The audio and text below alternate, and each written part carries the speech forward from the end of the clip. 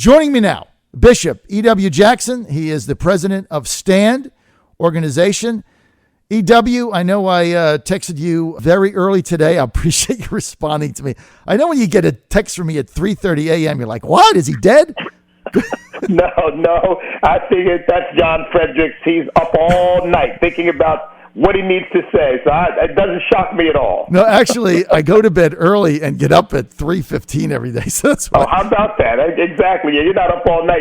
You're up before most of us think about I know. I getting up. get tired at night. I go to bed. But look, we got a lot to talk about today. And again, EW, I want to thank you for coming on short notice. Guy. But, I get up today and I'm beside myself because I'm the acting chairman of the Trump campaign of Virginia and their spokesperson. NBC runs with a story that says Trump is pulling out of Virginia. They never called me. They never called anybody. They just ran with the story. It's not true.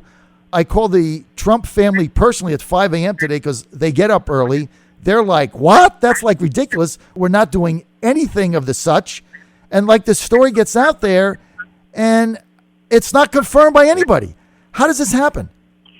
Well, look, John, I'm glad that all of this is coming out in this sense. We've always known that the media was biased, that they lean left. We're now seeing the lengths to which they will go to defeat any candidate who does not subscribe to their liberal views. I mean, look, they always call conservatives intolerant and narrow-minded and bigoted. What we're learning is that these people are really using psychological warfare. They are the bigots, they are the haters, they are the intolerant ones, and it starts right there in the media where you ought to have people who are trying to be neutral, to get the facts out. No, they're trying to defeat the candidate that they don't like, and in this case, they are doing everything in their power to defeat Donald Trump. It's unbelievable. I've never seen anything like it. I don't know how we're going to overcome it. Let's get to these emails, Bishop Jackson, that came out the other day. I'm a Catholic, as you know. I'm a devout Catholic. Right. And, I mean, I read these emails. I couldn't believe what I was reading. They're talking about a Catholic spring. They're basically saying that, those Catholics that are beholden to this they called it a false doctrine. This is my faith. EW, The Catholic Church has stood for thousands of years. It stood through wars, famine, the Nazis. They did what they had to do to survive there. I mean, we have a pope. And now you're going to tell me that because I'm a devout Catholic and I believe in the doctrine of my faith that somehow they've controlled my mind and I'm stupid? I mean, what do you make of this?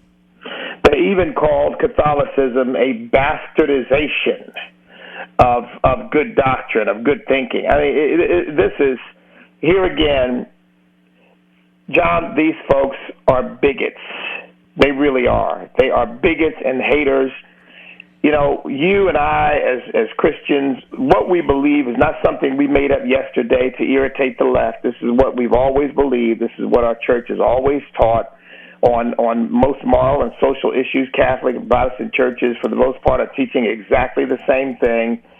We didn't make this stuff up. This is what we believe Jesus taught us and what he would want us to believe and hold to. All of a sudden now, here in the last 10 to 20 years, no. We're Neanderthals. We're bigots. Even suggested that Catholics are playing some sort of game trying to sound sophisticated because their hoity-toity friends wouldn't understand that they became evangelicals, so they defaulted to Catholicism so that they can talk about subsidiarity and Thomasisms and try to sound sophisticated. I mean, this is really stereotyping hatred, bigotry of the worst order, and frankly, all of us as Christians ought to be offended by this and ought to demand an apology and demand that the media and that these leftists stop promoting this stuff because they're really promoting it. EW, we're not going to get an apology. We're not going to get anything. But when like you said, one of the emails that came out was they called the Catholic doctrine a bastardization of clear thinking. I had to read that 3 times. I'm like, I got to be reading this wrong. No, that's what they said. And so can you imagine if Hillary Clinton becomes president, Bishop Jackson, doesn't this give you a bird's eye view into what they're going to do as leaders of this country in order to discredit various people of faith discredit religions in order to embarrass them into taking on their point of view of the world? Into John, compliance? I think it's worse than that. I think that they will use the power of government to punish Catholic Christians, Protestant Christians, anybody who is devout, anybody who holds to their faith and says, look, we don't hate anybody. We love everybody, but here's what we believe, and we're going to hold fast to those beliefs. Hillary Clinton has already made clear that she is going to use the power of government. I don't think I'm exaggerating at all. To what she would say to help change, I would say to persecute and punish Christians. Here's what she said at the Woman in the World Summit. Deep-seated cultural codes, I'm quoting her, deep-seated cultural codes, religious beliefs, and structural biases have to be changed in order for women to have reproductive freedom. So, in other words, she thinks the church has got to change. You can't tell me she won't use the power of government to try to force that kind of change on us. I think and by the way, let me just add, if you haven't read the latest report, your listeners have not read the latest report of the Civil Rights Commission, where they said that people who claim religious liberty rights and First Amendment rights are using that as a cloak for Islamophobia, homophobia, sexism, racism, and all kinds of bigotry and intolerance, and we should not allow them to use the First Amendment basically as a cloak for their hatred. Now, that's the Civil Rights Commission. That's the organization that can sue people and make people pay money for violations of the rights of others. It's unbelievable. So what you're saying, Bishop Jackson, is if Clinton gets elected, they're going to utilize the powers of the federal government, which has already been totally politicized by Barack Obama, in order to punish Catholics and other people of faith that have a different view than theirs, that are not in, I guess, thought compliance? I don't think there's any doubt about it. See, I think that when it comes right down to it, and the WikiLeaks emails prove this, they think that people who really believe in God and really believe in the teaching of their church, they think we're stupid and dangerous. Stupid and dangerous. And so stupid means that we've got to think like they think, and dangerous means that we've got to be controlled or punished in order to make sure that we don't hurt other people with these dangerous beliefs that we have in God. It's unbelievable. Did you ever think you would see anything like this, Bishop Jackson, in your life? I'll tell you, it really does.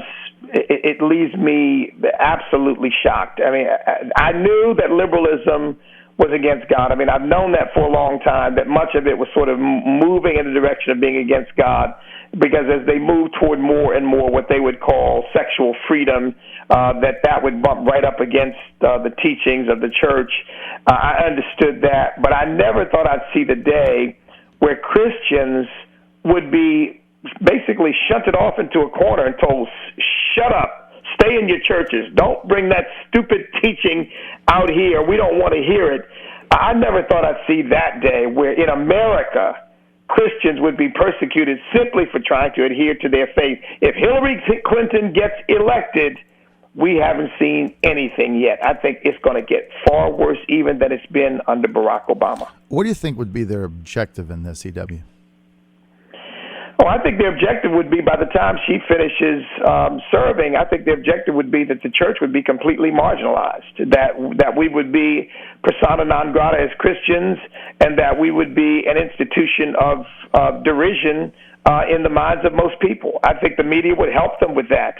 I think that's the game plan. If they can't destroy the church, which they can't, because Jesus said the gates of hell would not prevail against it, if they can destroy the credibility of the church and destroy the influence of the church, then I think they can go on and fulfill their agenda without the interference of these crazy people who believe in God. Unbelievable. Now, let's just... By the way, John, this is not to put too fine a point on this, but notice, it's always the God of Christians. There doesn't seem to be a problem with the God of Islam. Just let's put that out there. That doesn't seem to be an issue. It's always the God of Christians that's the issue. What? It's like dead people never seem to vote Republican, right? They only vote Democrat. We're trying to figure that out. I guess if you die, you know that thing when you die and you're going to donate your organs? I guess Democrats must have a thing on their die card, their ID that says, if I die, I want to vote Democratic in perpetuity, right? Like donating your organs? Exactly. By the way, let me mention, John, because today at Rock Church at 10 a.m., we're having an awakening tour meeting for whosoever wants to come. We're going to be talking about the importance of this election, the importance that Christians, Catholic and Protestant, get out and vote their Christian values, not race, not party, but their Christian values. And we've got a voter guide that lays out the positions of the candidates, and we think that the choice as a result of that is clear. And this is at Rock Church today. Rock Church at Virginia Beach. At 10 a.m. Exactly. All right, and that's open to the public, right? People can just go walk in. Yes, it certainly is. Whosoever will, let him come. All right, you want to check that out. Now, I got 2.5 minutes here. These allegations of sexual assault that came out last night against Donald Trump, I tell you what, Bishop, they seemed a little specious to me. You got one woman said this happened on a plane 36 years ago, reported it to nobody. She's now 73. I don't even remember what the hell I was doing 36 years ago, to be honest. Then you've got other people 10, 12, 13 years back, no witnesses. Nobody ever reported anything. Nobody went to human resources. Nobody filed a complaint. Nobody told anybody. All of a sudden, these women appear. I mean, it sounds a little suspicious to me. What say you? Look, this election, John, is not about the past. It is about the future. And I could frankly care less what somebody claims Donald Trump did 30, 35 years ago. I care about the direction in which the man, Donald Trump, based on who he is today, will lead our country, and the direction in which the woman, Hillary Clinton, based on who she is today, would lead our country. I mean, you want to talk about a scandal? To me, it's a scandal to be a disciple of Saul Alinsky, who dedicated his book to the devil. I mean, he dedicated his book to Lucifer. He is one of her heroes. So you want to talk about a scandal? To me, it's a greater scandal to ally yourself with someone who dedicates himself to Satan. And I'm not making that up. I mean, that's not an exaggeration. She is a disciple of Saul Alinsky. Saul Alinsky dedicated his first book to the devil, to Lucifer, who he considered to be the best community organizer there ever was, because he rebelled against God. And I'm going to vote for somebody who believes that that's an appropriate role model? No, thank you. I mean, I'll take Donald Trump any day and twice on Sunday. So I'm concerned about the future, not the past. I forgive people. I don't care who they are. I forgive Hillary Clinton for things she might have done in the past. But I'm looking at who's going to lead the country into the future. And to me, Hillary Clinton as president of the United States would be an unmitigated disaster, and maybe from which we would never recover. Well, I think you've got that right. E.W. Jackson, I want to thank you for being with us on short notice today. Many of us very disturbed about the disparaging remarks that came out in these emails by John Podesta, Hillary Clinton's campaign chairman, and others, basically mocking Catholics, saying that we're basically stupid and the church has mind control over us. Our doctrine is a bastardly way of thinking. It's just unbelievable to me that a presidential candidate could have people surrounding himself and just mocking Catholics to this extent. I'm speechless. I don't know what to say. Remember, this is the party that kicked God out of its platform. This is where these folks are coming from. They don't like the church. They don't like God. They don't like Catholics. They don't like anybody who has a belief system that is contrary to liberalism, and belief in God is to them is anathema. All right, we're out of time. Rock Church today, E.W. Jackson, 10 a.m., open to the public, Virginia Beach. You're on the John Fredericks Radio Network.